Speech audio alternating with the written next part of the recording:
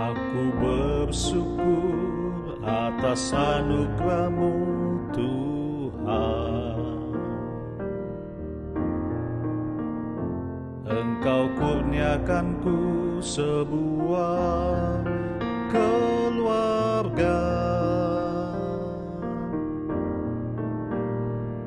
istri dan anak-anak,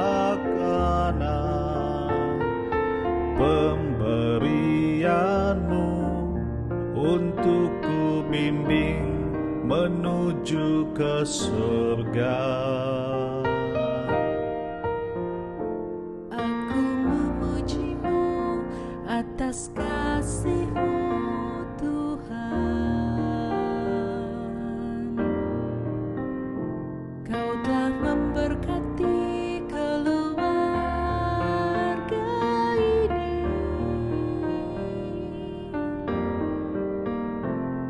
Aku mau berada di samping suamiku, memimpin anak-anak ke jalan yang benar. Satukan kami Bapa di dalam-Mu, dalam keluarga yang mencintai-Mu. Biarlah kasih kami kekal selamanya, berjalan ke surga bersama keluargaku. Telah kulihat anugerah dan kasih-Mu Tuhan,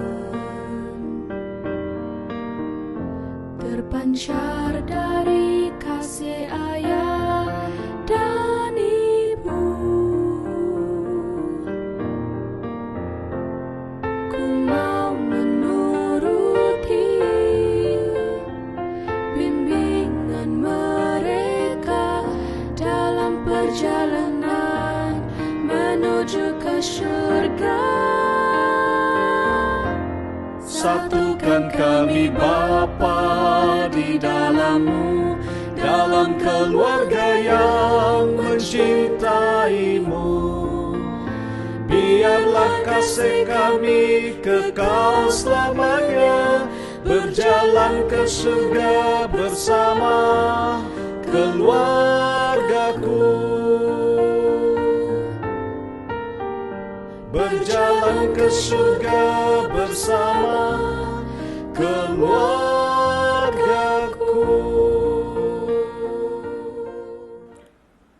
Shalom saudara dan saudari, para pendengar yang dirahmati Tuhan, dimanapun Anda berada pada ketika ini.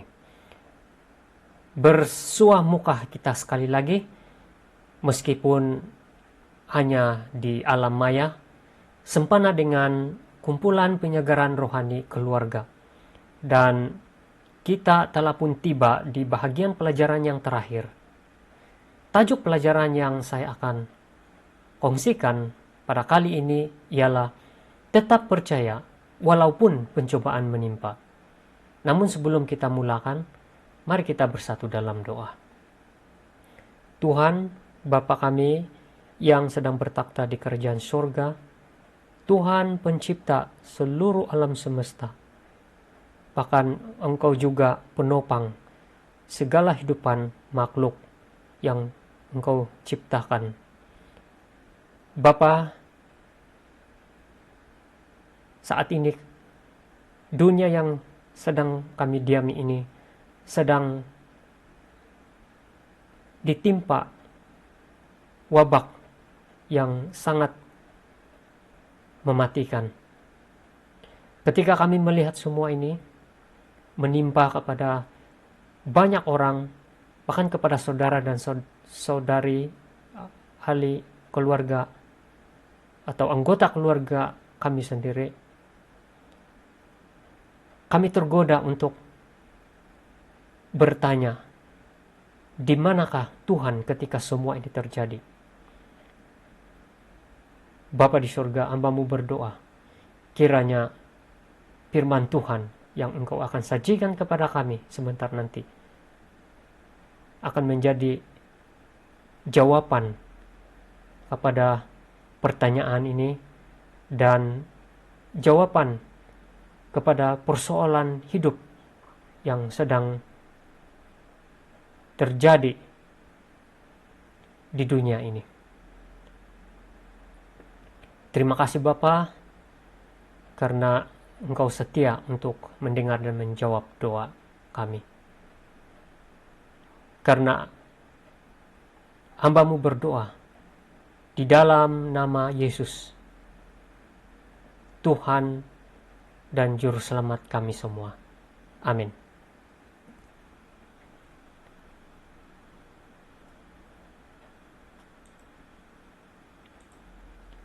Dalam Injil Matius 28 ayat 20, Yesus berjanji kepada murid-muridnya, "Dan ketahuilah, Aku menyertai kamu senantiasa sampai kepada akhir zaman."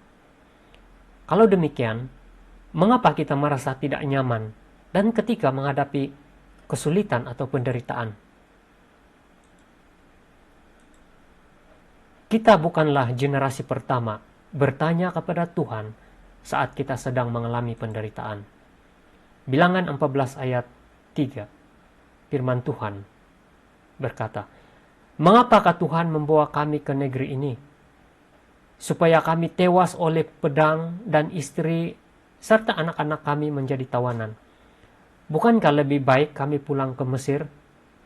Yeremia, ratapan Raja Asap, Habakuk menyatakan pertanyaan itu kepada Allah. Matius 27 ayat 46. Bahkan Yesus sendiri menanyakan hal itu. "Allahku, Allahku, mengapa Engkau meninggalkan aku?" Mari kita belajar dari kehidupan Ayub. Dikatakan dalam SDA Bible Dictionary halaman 1120, Ayub seorang yang sukses dan satu keluarga terhormat tinggal di negeri Uz, suatu tempat kemungkinan dekat padang pasir Syria atau di Arabia Utara yang tidak jauh dari Edom. Tema buku Ayub ialah bagaimana Allah mengendalikan peristiwa-peristiwa yang terjadi di jagat raya dan secara khusus peristiwa-peristiwa di bumi ini. Sekalipun penderitaan umat saleh tidak dijelaskan sepenuhnya, kisah Ayub telah menunjukkan bahwa penderitaan itu didatangkan oleh setan. Namun Allah mengendalikannya untuk menunjukkan kemurahannya. Kita boleh baca ini dalam Alpha dan Omega, jilid 2, halaman 103 dan 104. Saudara, ada 5 pokok kebenaran yang menonjol ditekankan di dalam buku Ayub. Pengalaman Ayub menggambarkan bahwa orang benar pun mungkin saja menderita. Perhatian Musa ialah bagaimana menjelaskan iman Ayub akan agungnya keadilan Allah, sementara ia menderita penderitaan yang tidak punya dasar. Bagaimana mungkin Allah yang penuh kasih dan adil itu mengizinkan penderitaan ini?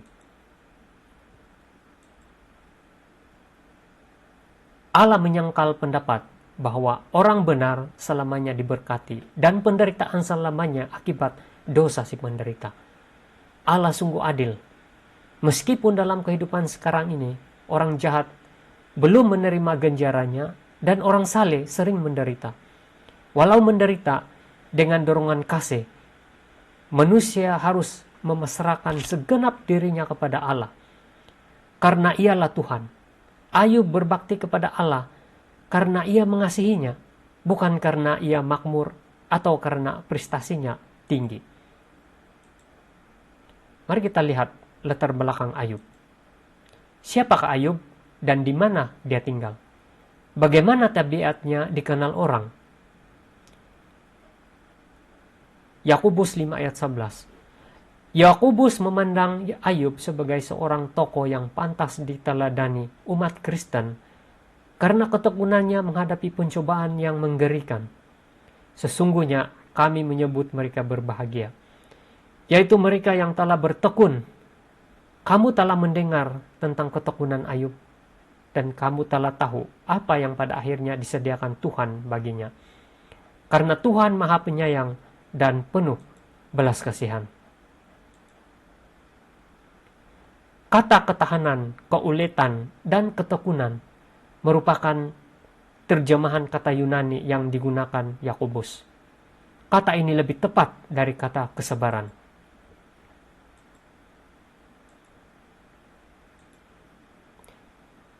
Berdasarkan latar belakang sosial, sejarah, dan kebudayaan yang terdapat dalam buku Ayub, jelas bahwa hidup pada zaman Bapa Tanah Uz belum dapat dipastikan di mana letaknya sekarang. Tetapi dalam berbagai rujukan yang terdapat dalam buku Ayub dan data yang ditulis oleh Josephus dan Ptolemy menyatakan bahwa Uz terletak di sebelah timur wilayah Palestina pada perbatasan padang pasir Arabia, di sebelah selatan Damsyik, dan kemungkinan di sekitar Edom. Dalam SDA Bible Dictionary halaman 579. Karena daerah manapun di sebelah timur kawasan Transjordan dan Israel boleh disebut timur. Sehingga sebagian ahli berpendapat bahwa tanah Uz itu terletak di sebelah timur laut Galilea.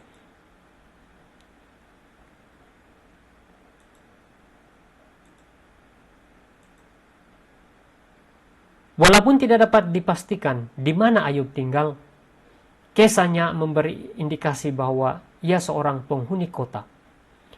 Apabila aku keluar ke pintu gerbang kota dan menyediakan tempat dudukku di tengah-tengah lapangan, dan bukan seorang pengembara yang berdiam di tenda seperti Abraham, Ishak, dan Yakub,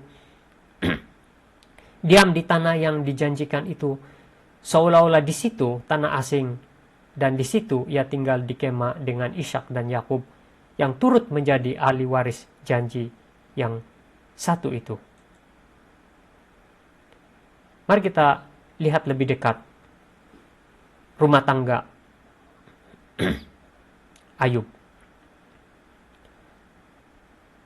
Ayub mempunyai 7 anak laki-laki dan 3 anak perempuan. Bagaimana dengan kerohanian keluarga Ayub? Setiap kali apabila hari-hari pesta telah berlalu, Ayub memanggil mereka dan menguduskan mereka.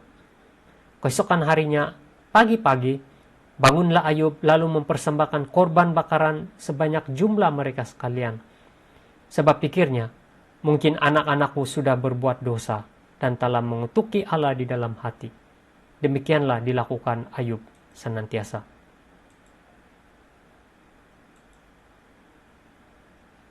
Dan Tuhan menerima permintaan Ayub. Ayub tidak hanya sukses dalam dunia usaha, keluarganya juga bahagia. Kasihnya dan kasih istrinya bagi anak-anak mereka yang masih muda itu nyata dari sikap mereka saling mengasihi satu sama lain. Ayub 42 ayat 13 hingga 15. Pemeliharaan Ayub akan keluarganya berbeda dari kebiasaan zamannya. Hal itu nyata karena ia bukan hanya membagi kekayaannya terhadap putranya, tetapi juga terhadap putrinya. Mari kita lihat bagaimana dengan ekonomi keluarga Ayub. Keluarga Ayub memiliki kambing ternakan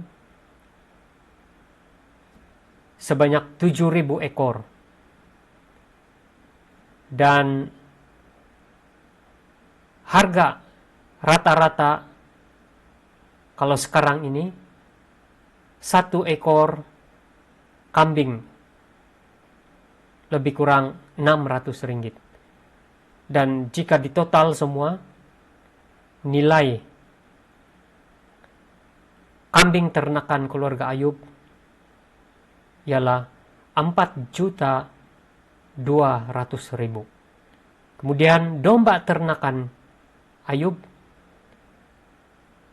mereka memiliki 7.000 ekor domba.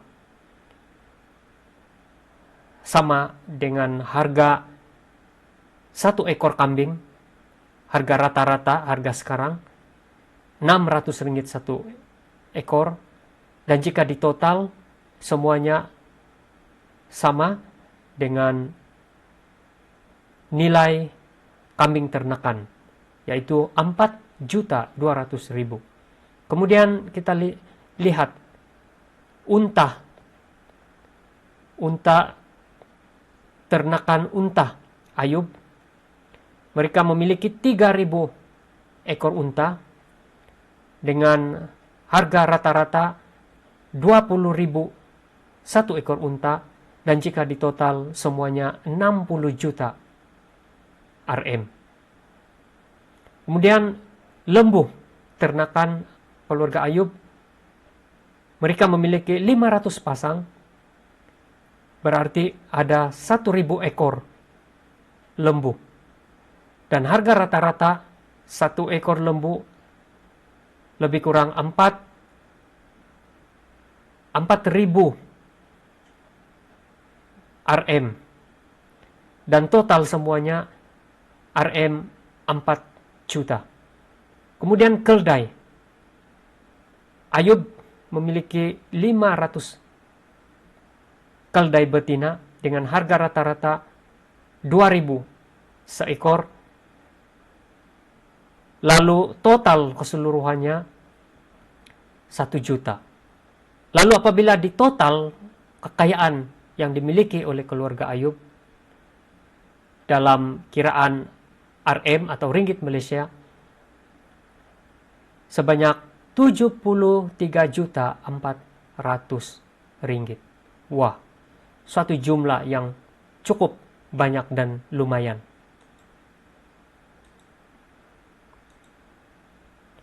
Bagaimanakah sikap Ayub terhadap kekayaannya? Ayub berkata, Jikalau aku menaruh kepercayaan kepada emas dan berkata kepada kencana, engkaulah kepercayaanku.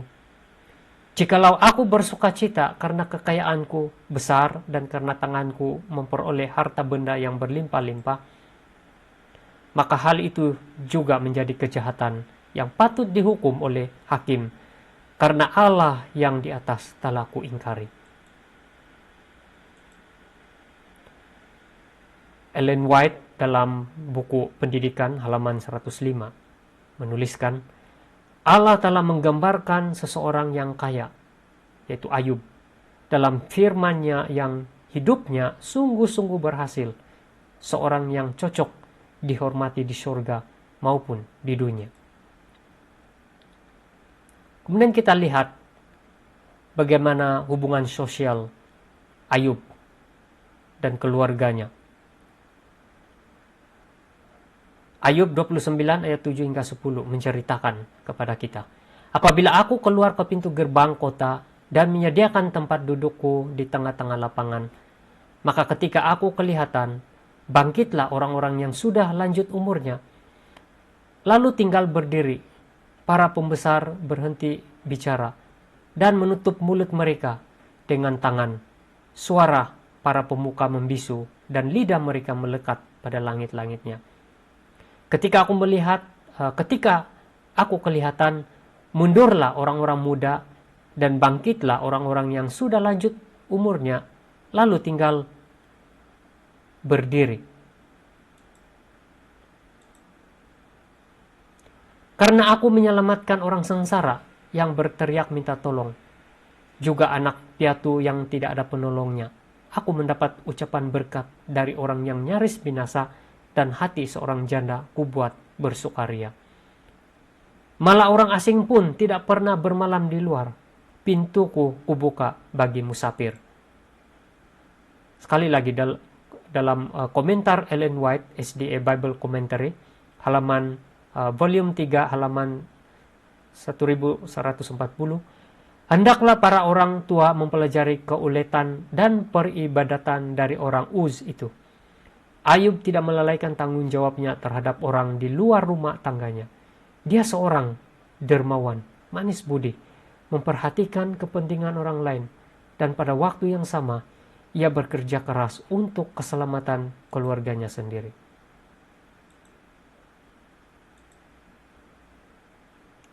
Namun, Ayub dan istrinya tidak menyadari apa perbincangan yang ada di dalam musyawarah surga yang ditulis dalam Ayub 1 dan 2. Kehidupan setiap anggota keluarganya berada dalam keadaan normal, bersuka cita di dalam Tuhan, baik dengan sesama anggota keluarga maupun dengan tetangganya. Pada suatu hari, ketika anak-anaknya yang lelaki dan yang perempuan makan-makan dan minum anggur di rumah saudara mereka yang sulung, datanglah seorang pesuruh kepada Ayub dan berkata, sedang lembu sapi membajak dan keldai-keldai betina makan rumput di sebelahnya, datanglah orang-orang Sibah menyerang dan merampasnya serta memukul penjaganya dengan mata pedang. Hanya aku sendiri yang luput, sehingga dapat memberitahukan hal itu kepada Tuhan. Sementara orang itu berbicara, datanglah orang lain dan berkata, api telah menyambar dari langit dan membakar serta memakan habis kambing domba dan penjaga-penjaga.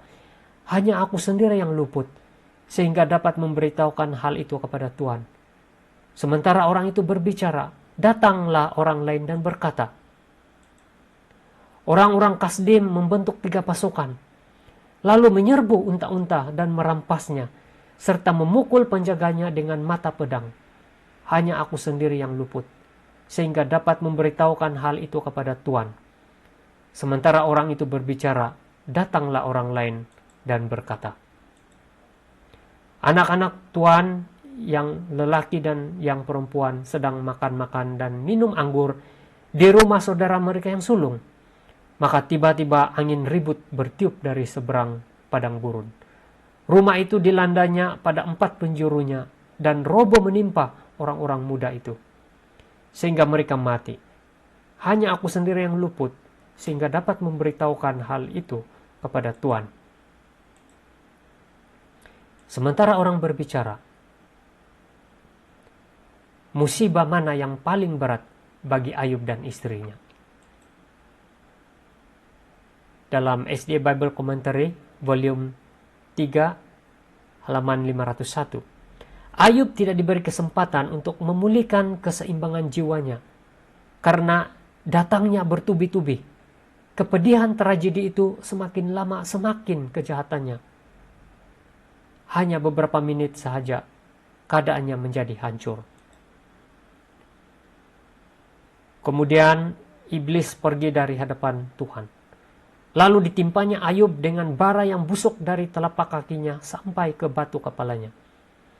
Lalu Ayub mengambil sekeping beling untuk menggaruk-garuk badannya sambil duduk di tengah-tengah abu. Kata Ibrani yang diterjemahkan bisul atau bara dalam Ayub 2 ayat 7 sama dengan bara yang ditimpakan Tuhan kepada orang Mesir. Kejadian 9 ayat 9. Dan juga berkaitan dengan kusta, Imamat 13 ayat 20. Dan penyakit Hizkia 2 Raja-Raja 20 ayat 7. Bisul, borok, dan penyakit kulit ini parah sekali. Dalam waktu singkat, orang kuat dan sehat itu menderita penyakit yang tidak diketahui apa sebabnya. Ketika kehidupan Ayub hancur, bagaimana responnya terhadap Allah dan lingkungannya? Dan bagaimana pula reaksi istrinya terhadap penderitaan Ayub?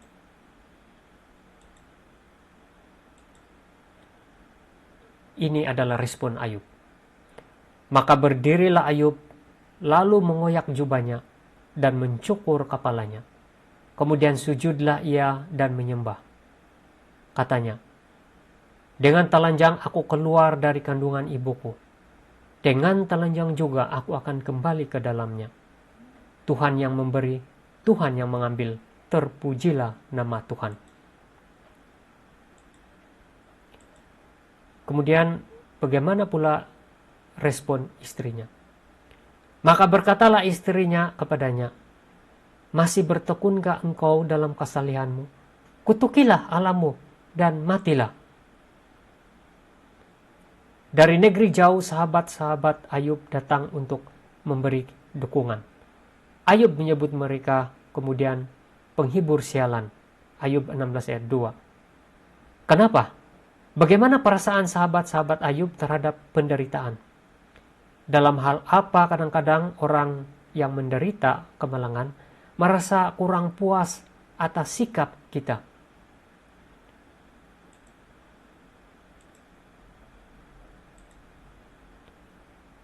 Bagaimanakah kita menyikapi ketika kita menghadapi penderitaan atau pencobaan?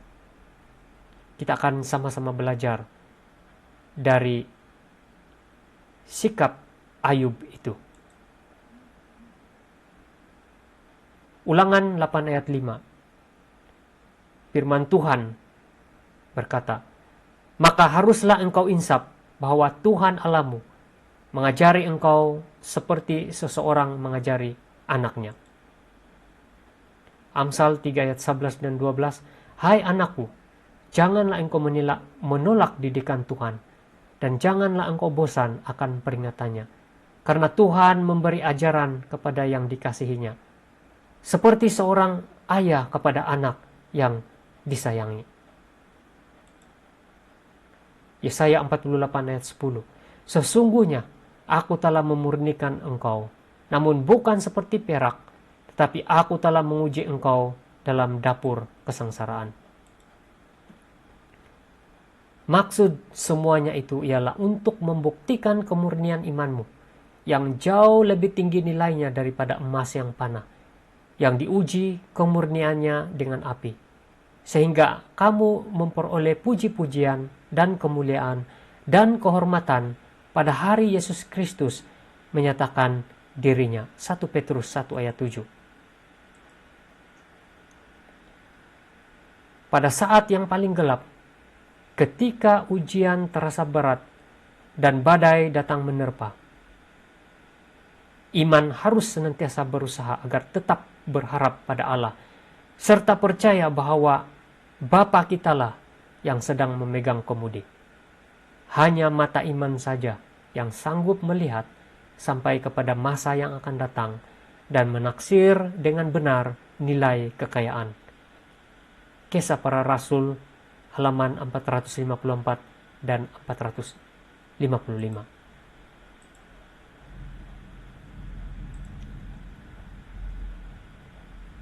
Doa Ayub dijawab Allah. Tuhan menerima permintaan Ayub. Kita lihat bagaimana Tuhan memberkati keluarga Ayub. Tuhan bukan hanya mengembalikan apa yang telah hilang di dalam keluarga ini, tetapi bahkan Tuhan membuat itu menjadi 2 kali lipat. Dan kita boleh lihat dalam paparan slide ini. Apabila di total kekayaan keseluruhan yang dimiliki oleh keluarga Ayub, nilainya jauh berubah. Tuhan telah melipat gandakan berkatnya kepada Ayub dan keluarga. Tuhan telah memberkati Ayub dengan jumlah kekayaan sebanyak 146.800.000 ringgit dalam kiraan RM ataupun ringgit Malaysia. Ini bukan satu jumlah yang sedikit, saudara dan saudari. Bahkan pada hari ini, jumlah ini adalah satu jumlah yang cukup besar dan lumayan. Apalagi pada zaman Ayub dahulu.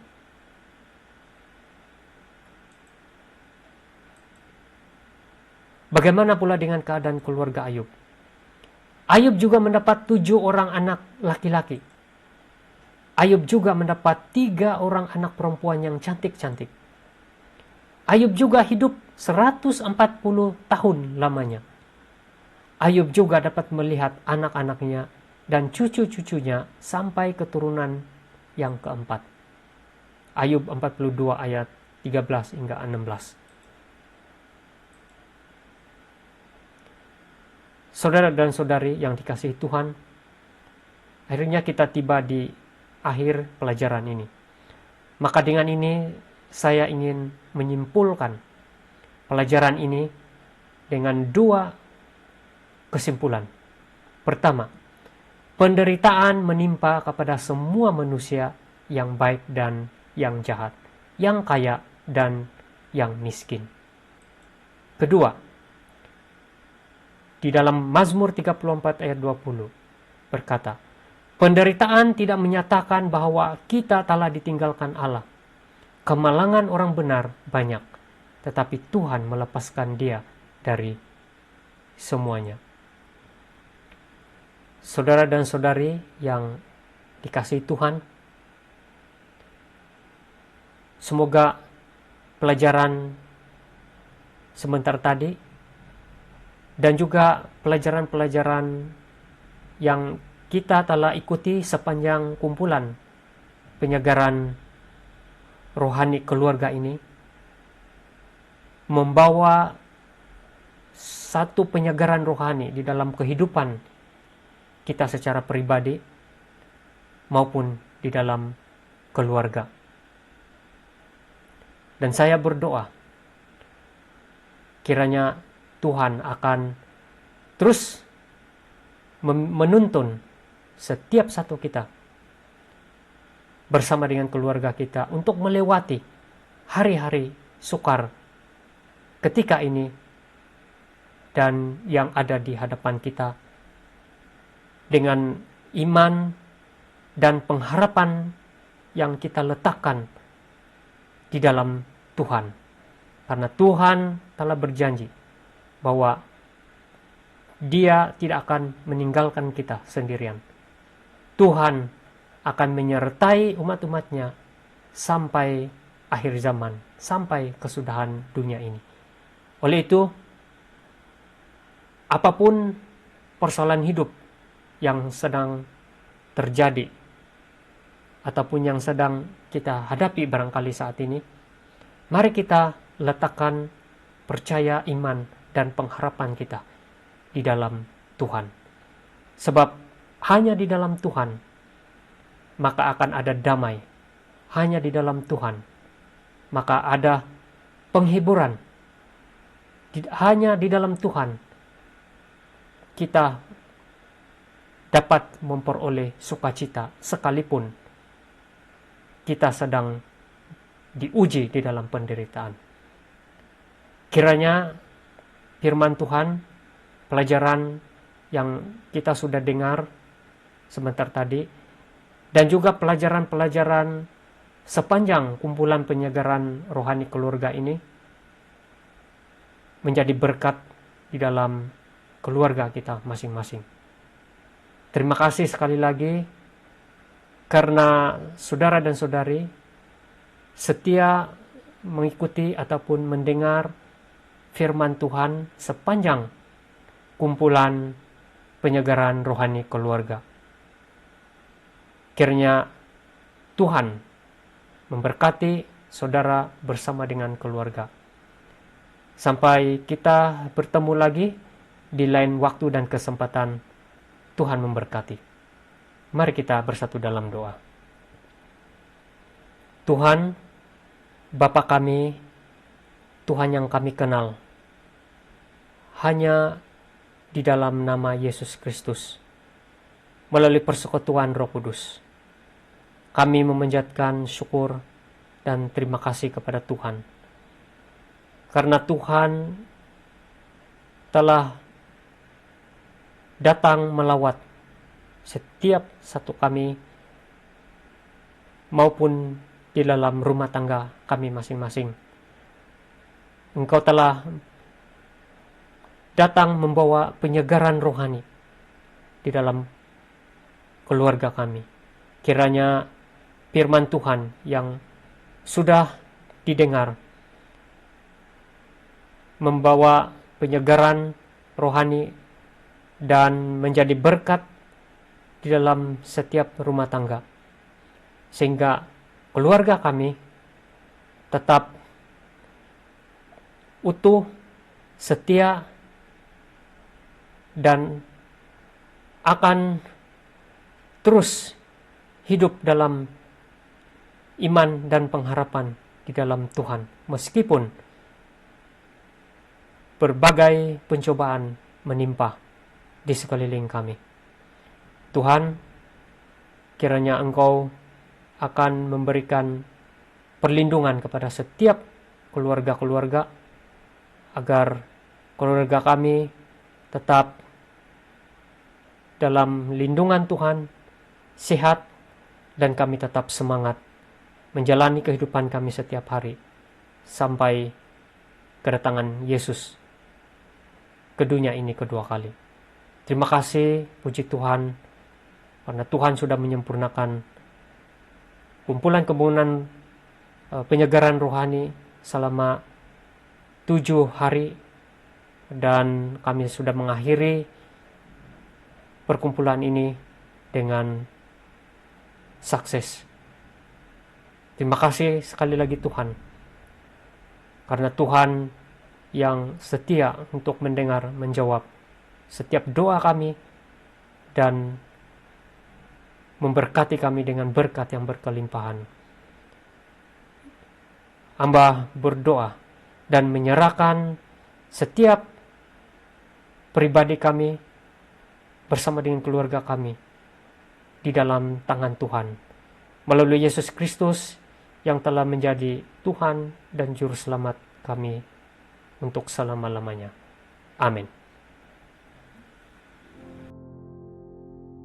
Aku bersyukur atas anugerah-Mu, Tuhan. Engkau kurniakanku sebuah keluarga, istri dan anak-anak, pemberian-Mu untuk ku bimbing menuju ke surga. Aku memuji-Mu atas kasih-Mu, Tuhan. Kau telah memberkati keluarga ini. Aku mau berada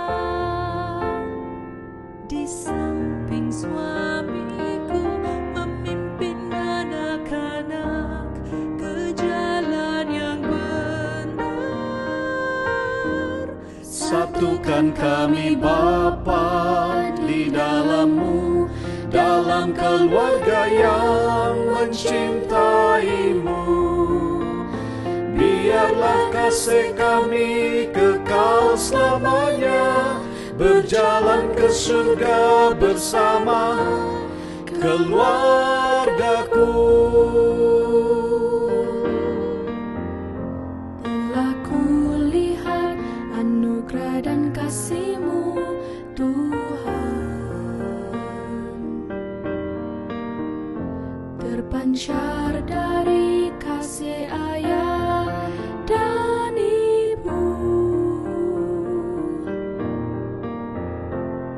Ku mau menuruti bimbingan mereka dalam perjalanan menuju ke surga. Satukan kami Bapa di dalam-Mu, dalam keluarga yang mencintai-Mu. Biarlah kasih kami kekal selamanya, berjalan ke surga bersama keluargaku. Berjalan ke surga bersama keluargaku.